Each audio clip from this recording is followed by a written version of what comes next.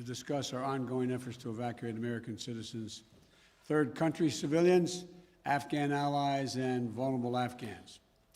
And I want to provide the American people with a brief update on the situation in Afghanistan. Since I spoke to you on Monday, we've made significant progress. We've secured the airport, enabling flights to resume, not just military flights, but civilian charters from other countries, and the NGOs taking out civilians and vulnerable Afghanis. And now we have almost 6,000 troops on the ground, including the 82nd Airborne, providing runway security, the Army 10th Mountain Division standing guard around the airport, and the 24th Marine Expeditionary Unit assisting the civilian departure. This is one of the largest, most difficult airlifts in history, and the only country in the world capable of projecting this much power on the far side of the world with this degree of precision is the United States of America. We've already evacuated more than 18,000 people since July and approximately 13,000 since our military airlift began on August the 14th. Thousands more have been evacuated on private charter flights facilitated by the U.S. government. These numbers include American citizens and permanent residents, as well as their families. It includes SIV applicants and their families, those Afghans who have worked alongside us, served alongside of us, gone into combat with us, and provided invaluable assistance to us, such as translators and interpreters. The United States stands by its commitment that we've made to these people, and it includes other vulnerable Afghans, such as women leaders and journalists. In fact, working in close coordination with the management of the New York Times, the Washington Post, and the Wall Street Journal, we have successfully evacuated all 204 of their employees in Afghanistan on U.S. military aircraft earlier this week.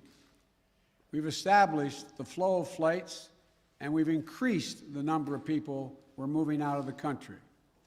We paused flights in Kabul a few hours this morning to make sure we could process the arriving evacuees at the transit points. But our commander in Kabul has already given the order for outbound flights to resume.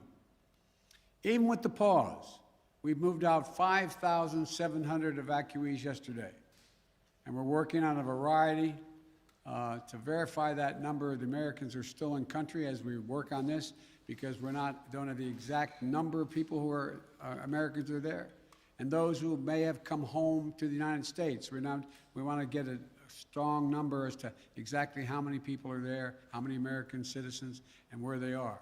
Just yesterday, among the many Americans we evacuated, there were 169 Americans who we got over the wall into the airport using military assets.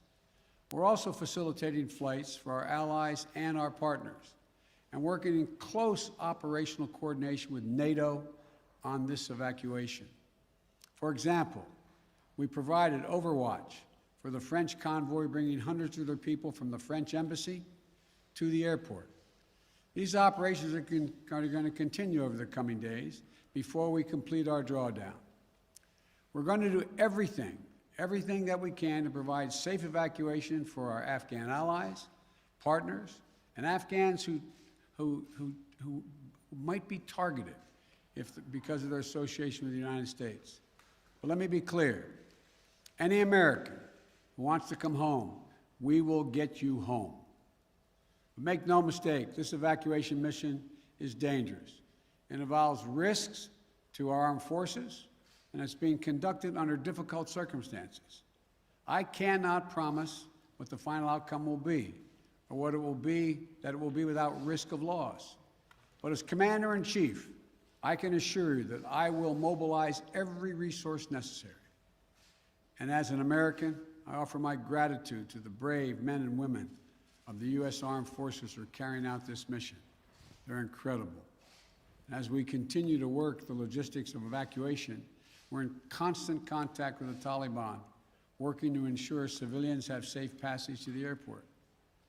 We are particularly focused on our engagements on making sure every American who wants to leave can get to the airport. Where we have been seeing challenges with Americans, for Americans, we have thus far been able to resolve them. Look, And we made clear to the Taliban that any attack on our forces or disruption of our operations at the airport will be met with swift and forceful response. We're also keeping a close watch on any potential terrorist threat at or around the airport, including from the ISIS affiliates in Afghanistan who were released from prison when the prisons were emptied. And because they are, by the way, and make everybody understand that the ISIS in Afghanistan have been the sworn enemy of the Taliban. I've said all along, we're going to retain a laser focus on our counterterrorism mission, working in close coordination with our allies and our partners, and all those who have an interest in ensuring stability in the region.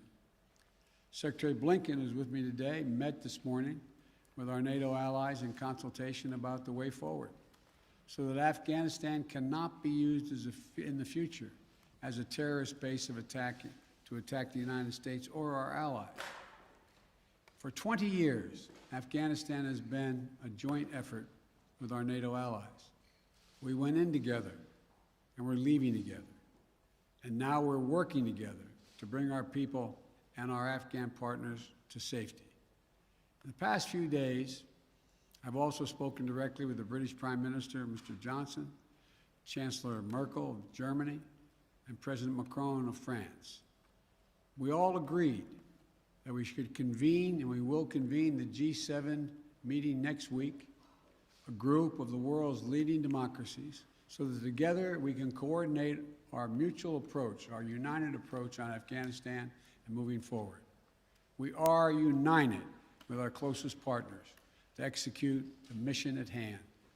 We've also discussed the need to work with the international community to provide humanitarian assistance, such as food aid and medical care for refugees who have crossed into neighboring countries to escape the Taliban, and to bring international pressure on the Taliban with respect to the treatment of troops into harm's way.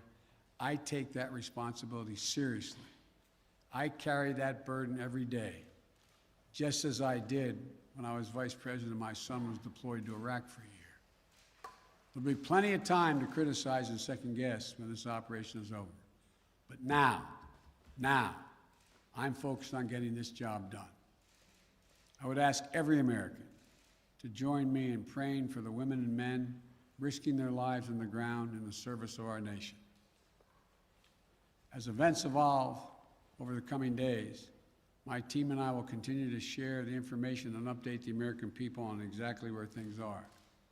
We'll use every resource necessary to carry out the mission at hand and bring to safety American citizens and our Afghan allies. This is our focus now. And when this is finished, we will complete our military withdrawal and finally bring to an end 20 years of American military action in Afghanistan. Thank you. May God bless you, our troops, our diplomats, and all those serving in harm's way. And now I'll take questions. AP, Zeke Miller. Thank you, Mr. President. You vowed that your election would usher in an era where the world can count on America to live up to its promises. You promised to leave Afghanistan, but you also promised not to help to bring out those who helped America in its war effort. We've seen these heart-wrenching images at the Kabul airport of people trying to get there, say nothing of the people who can't get to that airport. You made the commitment to get American troops out, to get American citizens out. Will you make the same commitment to those who assisted in the American war effort over the last 20 years, number one? And then number two, what is your message to America's partners around the world who have criticized not the withdrawal, but the conduct of that withdrawal and made them question America's credibility on the world stage? I have seen no question of our credibility from our allies around the world. I've spoken with our NATO allies. We've spoken with NATO allies, the Secretary of State. Our National Security Advisor has been in contact with his counterparts throughout the world and our allies, as has the General, I keep calling him a General, but my Secretary of Defense. The fact of the matter is, I have not seen that. As a matter of fact, the exact opposite I've gotten. The exact opposite thing is we're acting with dispatch, we're acting committing to what we said we would do. Look, let's put this thing in perspective here.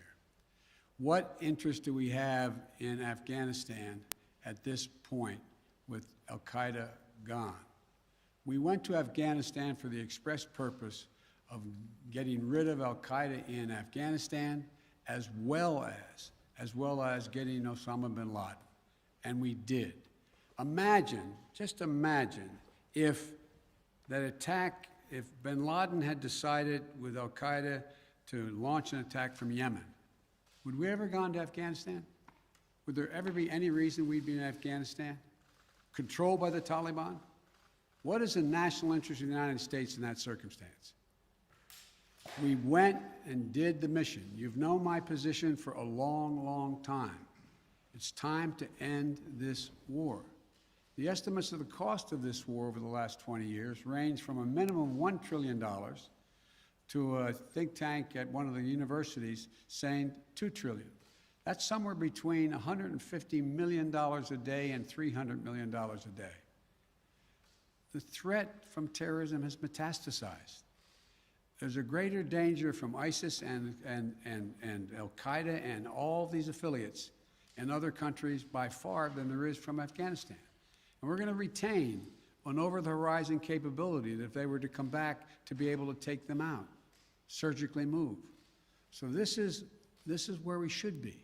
This is about America leading the world, and all our allies have agreed with that. And by the way, before I made this decision, I was at the G7, as well as met with our NATO partners. And I told them all, every one of them knew and agreed with the decision I made to jointly end our involvement in Afghanistan. The first part of your question was, I can't remember now. Would you commit to the same commitment? Would you make the same commitment to bring out Afghans who assisted in the war effort? Yes, we're making the same commitment. There's no one more important than bringing American citizens out. I acknowledge that. But they're equally important almost is all those SIVs we call them, who in fact helped us. They were translators. They went into battle with us. They were part of the operation. As well as we're also trying to get out as many NGOs, non-government organizations, women's organizations, et cetera. We're doing all we can. In the meantime, Secretary Blinken and I am going to be working with our allies to see to it that we can bring international pressure on the Taliban they're looking to gain some legitimacy. They're going to have to figure out how they're going to maintain that country. And there's going to be harsh conditions, strong conditions we're going to apply, and it will depend on whether they get help based on whether or not how and well they treat women and girls, how they treat their citizens. So this is just beginning on that score. Are you willing to stay past the 31st to make that happen, to bring all the Americans out, to bring those SIVs out? I think we can get it done by then, but we're going to make that judgment as we go. Now, Justin Sink of Bloomberg. President. You just said that you would keep a laser focus on counterterrorism efforts, and that you don't see as great of a threat of terrorism from Afghanistan as other parts of the world. But if you and your administration so badly misassessed how quickly the Taliban would sweep through Afghanistan, and we no longer have an embassy there from which to run intelligence operations, how can you at all be confident of your assessment of the risk of terrorism and the ability of the U.S. to conduct over-the-horizon missions to keep it in check? Can you tell Americans that they're safe and will remain safe from terror attacks in Afghanistan? I think you're comparing apples and oranges. One question was whether or not the Afghan forces we trained up would stay and fight in their own civil war they had going on. No one, I shouldn't say no one, the consensus was that it was highly unlikely that in 11 days they'd collapse and fall and the leader of Afghanistan would flee the country. That's a very different question than whether or not there is the ability to observe whether or not large groups of terrorists begin to accumulate in a particular area in Afghanistan to plot against the United States of America. That's why we retained an over-the-horizon capability to go in and do something about that if that occurs. But in the meantime, we know what's happened around the world. We know what's happening in terms of what's going on in other countries where there is a significant rise of terrorist organizations in the Middle East, in East Africa, and other places. And so the bottom line is we're dealing with those terrorist threats from other parts of the world and failed states without permanent military presence there. We have to do the same in Afghanistan. Sir, just on that initial assessment, we learned over the last 24 hours that there was a dissent cable from the State Department. Sure.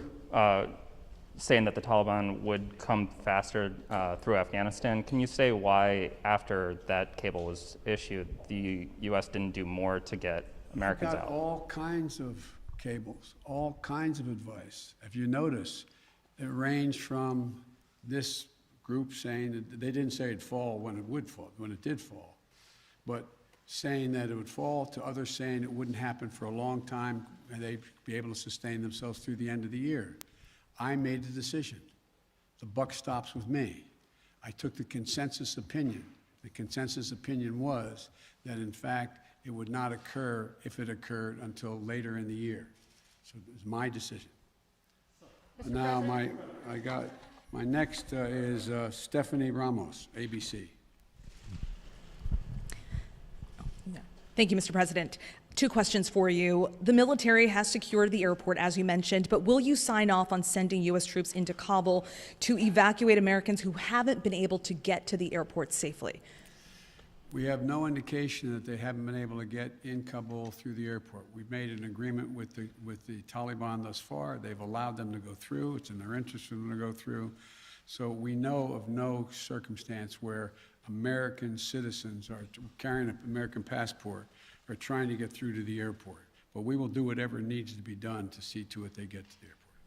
And Thank one more, Mr. President. Last month, my colleague Martha Raddatz interviewed Abdul, an interpreter who was on the front lines with U.S. forces in Afghanistan. Overnight, we received a photo of Taliban militants coming to the door of his home, literally hunting him down. Thankfully, he was able to escape, but he is obviously still in mortal danger. What would be your message to Abdul, his wife, and his 3 young daughters? We want you to be able to get to the airport. Contact us. We'll see whatever we can do to get you there. We've got to get you out.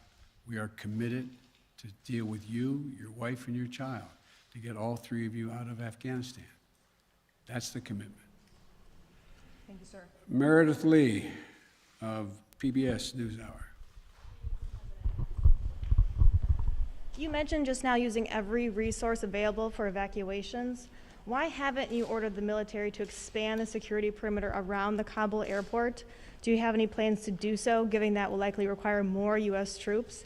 And are you considering rescue operations to recover Americans and Afghan allies stuck behind Taliban checkpoints? The answer is yes to the last question. We're considering every opportunity and every means by which we could get folks to the airport. That's number 1. Number 2, the reason why we have not gone out and started and set up a perimeter way outside the airport in Kabul is that it's likely to draw an awful lot of unintended consequences in terms of people who, in fact, are not part of the Taliban. We've been in constant contact with the Taliban leadership on the ground in Kabul, as well as the Taliban leadership at Dahou. And we've been coordinating what we were doing. That's why we were able, for example, how we got all of our embassy personnel out, how we got everyone out of the embassy safely. That was the distance. That's how we helped get the French out and out of their embassy. So the question remains, there will be judgments made on the ground by the military commanders at the moment, and I cannot second guess each of those judgments to be made. But the idea of, again, let me get back to the fundamental point I made at the outset. When the decision was made by me that, and it was made some time ago, and I ran 4 presidents saying I wanted to get us out of Afghanistan. One of the things that is a reality is people now say to me and to others, and many of you say it on air, that why did we have to move? Because no Americans are being attacked. Why did we withdraw those, why did we agree to withdraw 2,500 troops? No Americans are being attacked. As I said before, the reason they weren't being attacked was part of an agreement that Trump had made a year earlier. We will leave by May 1st, he said, as long as there's no attack on Americans in that year period. Number one. Number two, the Taliban was taking large swaths of the countryside, north and south. None of the major areas, none of the major points of the capitals of each of these provinces. But they were all over the country. And the idea that if I had said on May the 2nd or 3rd, we are not leaving, we are staying, does anybody truly believe that I would not have had to put in significantly more American forces, send your sons, your daughters, like my son was sent to Iraq, to maybe die? And for what? For what? So the only rational thing to do, in my view, was to set up and pre-position American forces for the purpose of evacuation, and the aircraft to pre-position those ahead of time so that we would be able to begin the process of evacuation of American citizens, SIVs, and others who helped us. The last point I'll make is this. Look, if we had decided 15 years ago to leave Afghanistan, it would have been really difficult. If we decided 5 years ago, if we continued the war for another decade and tried to leave, there's no way in which you'd be able to leave Afghanistan without there being some of what you're seeing now. But what we've done so far is we've been able to get a large number of Americans out, all our personnel at the embassy out, and so on. And thank God, so far, knock on wood, we're in a different position. Scott Detrow. Scott, NPR. Thank you, Mr. President. I just want to follow up on something you said a moment ago. You said that there's no circumstances where American citizens cannot get to the airport. That doesn't really square with the images we're seeing around the airport with the reporting on. Pass through the checkpoints that the Taliban control, and put Americans through. But given this, given the negotiations with the Taliban, the scenes that we're seeing, can you just fully explain why the plan wasn't to go ahead with these evacuations of both Americans and allies before the drawdowns began, before Bagram was closed, looking back several months? Because whether it was now or several months from now, there seems to be a broad consensus that the Taliban would make these gains and these would be needed at some point. Well, yeah, at some point. But the point was that although we were in contact with the Taliban and Doha for this whole period of time, that some point wasn't expected to be the total demise of the Afghan National Force, which was 300 persons. Let's assume the Afghan National Force had continued to fight and they were surrounding Kabul. Be a very different story, very different story. But the overwhelming consensus was that they were not going to collapse. The Afghan forces, they were not going to leave. They were not going to just abandon and then put down their arms and take off. So that's what happened. Thank you very, very much. Thank you. Why do you continue to trust the Taliban, Mr. President? Why do you continue to trust their pledges, Mr. President?